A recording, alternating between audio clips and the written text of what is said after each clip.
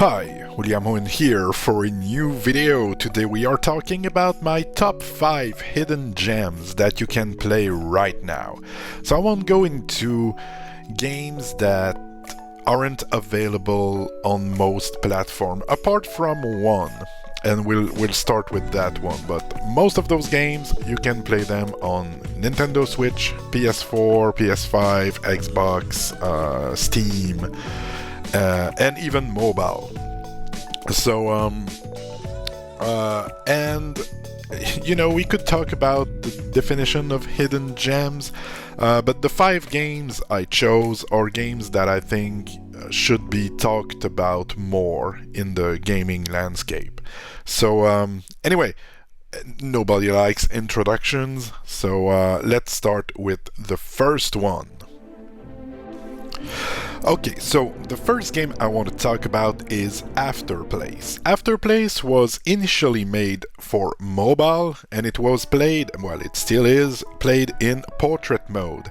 It's a game made by Ivan Kais. He made it all by himself. The graphics, the music, the coding, the story, everything. It was released on 2022, on December, and I remember buying this game and I completed it in 3 days. Not because it's a super short game, it took me around 10 hours for my first playthrough, but because I couldn't put it down. All my free time was spent playing Afterplace. And what makes this game for me is all the interaction you can have with the NPCs. They're the most charming NPCs you'll ever encounter in a game. And it's I should talk about the game. It's an open world Zelda-like type of game where you can explore in any direction you want. You can go right to the end if you really wanted to, and know how. But I mean, right in the beginning. But anyway, you're on this island and you explore it and discover a bunch of secrets. There's secrets everywhere, and you can do quests, but it's not like there's a quest marker on the map, because there's not really an overworld map. There is some maps in the game, but not in the way you would think. And I don't want to spoil it too much. I think it's a game that's great going in pretty much blind. It's the way I did it. If you want more information about the game, my channel has a bunch of Afterplace video, from tutorials to walkthroughs to just my first playthrough to anyway, a bunch of talks about the game. The game won a few prizes, and it's coming out on Steam this summer, most likely. So go wishlist the game on Steam. That would be great. And after Steam, I don't want to talk for the dev, but from what I understood, because he's very active in the Discord server of the game, it's gonna come out on consoles too, so everybody will be able to enjoy this hidden gem. And I hope this video will age like milk and it won't be a hidden gem anymore next year. So that was my first game, Afterplace. Let's go on the second one. SongBringer came out in 2017, and it's made by one dude, Wizard Fu. The twist with this one is that it's an open world Zelda-like, but not at all like Afterplace. The twist with this one is that the world is procedurally generated. So every time you play, you're gonna get a different seed, and everything will be shuffled out. And so there's a bunch of dungeons to explore, but you can do them in pretty much any order, but then you're gonna get some new tools that gonna make you able to explore more stuff. And I really like the music and the pixel art in this one. This is what draw me to the game, and this is a game that I hardly see ever anything about. I know it's getting kind of old, but at the same time I'm seeing a bunch of things about, you know, Castlevania Symphony of the Night, which is a fantastic game, which is very old now. So being older doesn't mean we should not play or talk about those games. And SongBringer is definitely a game that should be talked about more.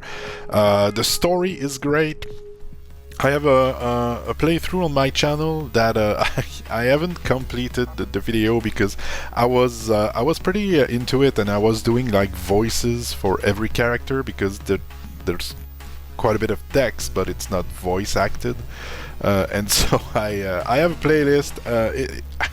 I'm like 80% of the way, and nobody was watching those videos. And I mean, I've played the game many times, but I haven't done my voice-over playthrough to the end. But if you want to see how the game looks like, I think I did a great job to showcase the game. It's available on everywhere. It's available on Steam, PS4, PS5, Xbox, Switch, and even mobile, which is the first place I've played the game. You can play with the controller too, even on mobile. So this is a really nice game. Doesn't take too long to complete, but as I've said, since everything is shuffled out, you can play it many times, and it's always gonna be somewhat of a fresh experience. Definitely worth a look. Alright, on to the next. The title of this one is almost the same as SongBringer. It's called ScourgeBringer.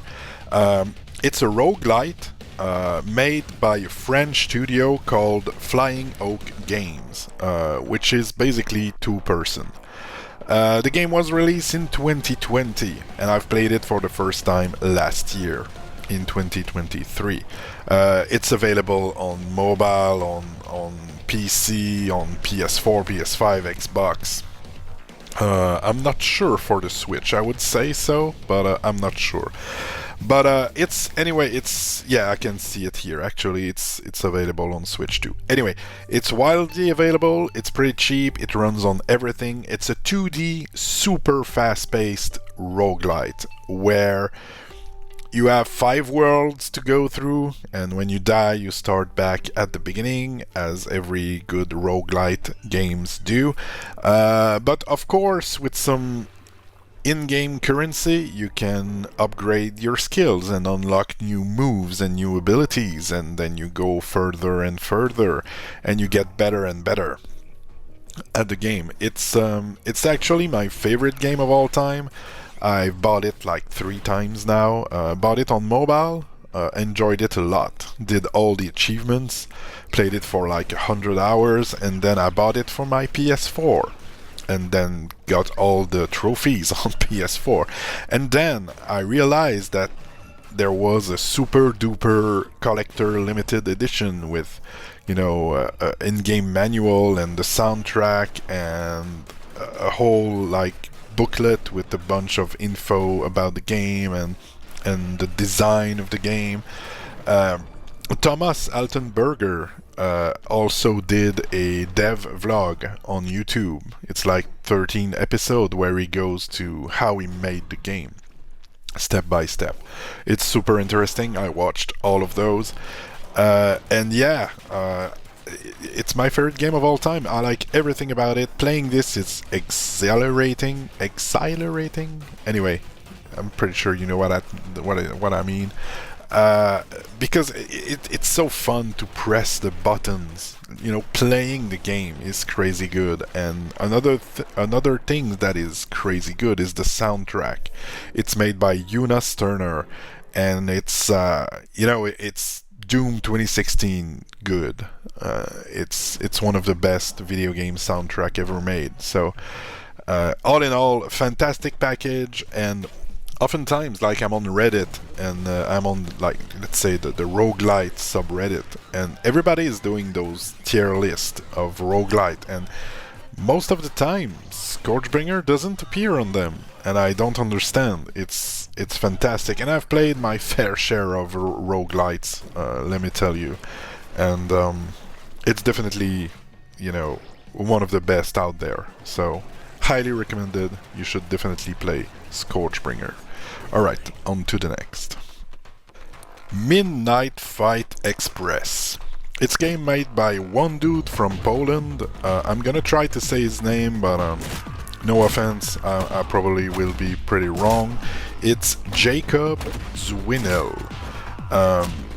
And MidnightFightExpress is kind of a beat 'em up, but you're basically John Wick. I made a video about it. I played the whole thing. It was fantastic. It's a pretty short game, but there's a lot of replay value because it's just so much fun to beat up people and use their weapon and throw. You know, when there's even like guns, and when your gun is empty, you can throw it at the head of the enemies, and you can parry. You can do some takedowns. It's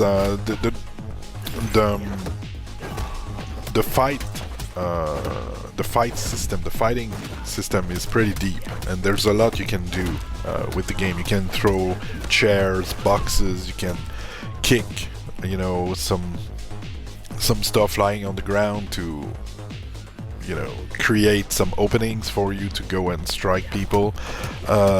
It's really good. The music is fantastic. The story is, it's kind of whatever. I enjoyed it, but there was long periods of time where it was somewhat convoluted. What's cool is that you can completely disable the story, and so you're only gonna get the fighting. You know, it's gonna skip automatically every cutscene, every talking. So, you know, the first time I did enjoy the story, but then I turned that off and just played the game.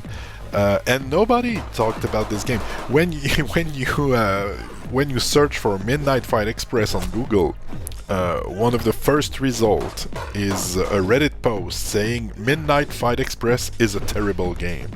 So I don't know, you know, I don't know why people would not like this. I mean, it's somewhat challenging, but I had such a great time with this. It's available on PlayStation, Xbox, Switch, and Steam. So a lot of places you can play this. It's around $20 for the game. I think it's completely worth it, and I would hope that more people would try it out. It's a very different beat 'em up. Really enjoy this one. Alright, on to the last one. And while it's the last one, it's certainly not the least, and it's Air Twister. It's a rail shooter made by Yu Suzuki. Yu Suzuki made Shenmue, basically, and Space Harrier, and I mean many other games. He's kind of a legendary developer from Japan. I mean, a lot of people know about Yu Suzuki, but very few people know about Air Twister. It was at first developed for Apple Arcade, so it's kind of a mobile game, but nowadays it's available on pretty much every platform, including Steam, PS4, Xbox, and Switch. I love this game. It's one of my favorite games of all time.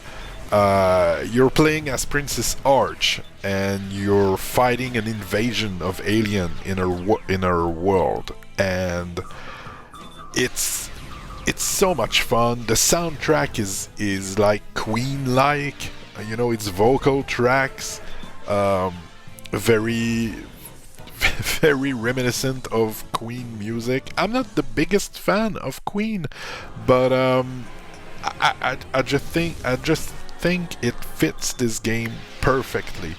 And the game is not that long to play. 30 minutes will get you a run, but the thing is, you have a bunch of things to unlock, from cosmetic stuff like outfits and the likes, but also different abilities, guns that comes with different shooting, you know, mechanics.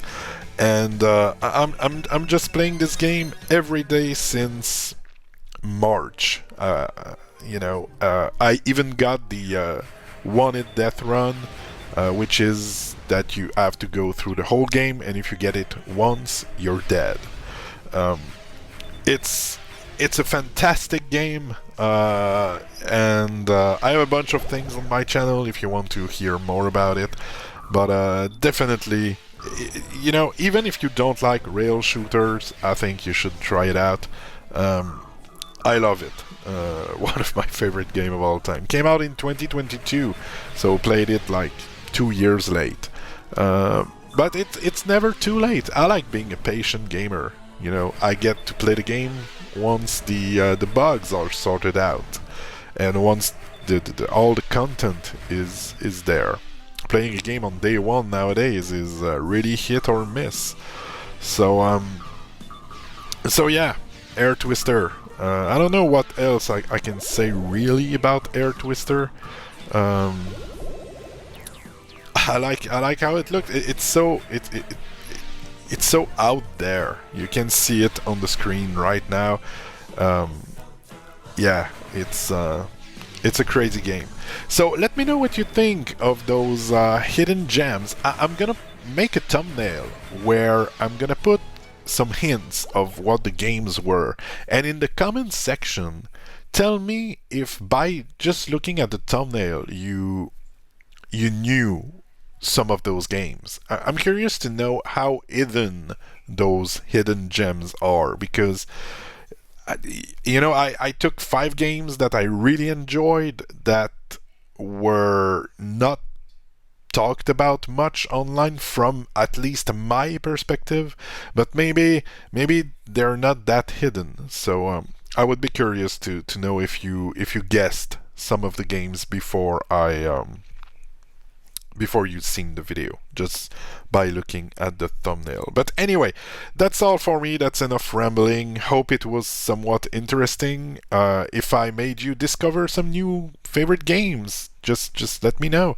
And I have a Discord channel. Link is in the comment to join. You should check the description actually, because I'm gonna put a bunch of links to the game and to the videos I made about those games. Those are all games that are covered quite extensively on the channel. So thanks a bunch for watching. Now go do something else. Go play games. Bye bye.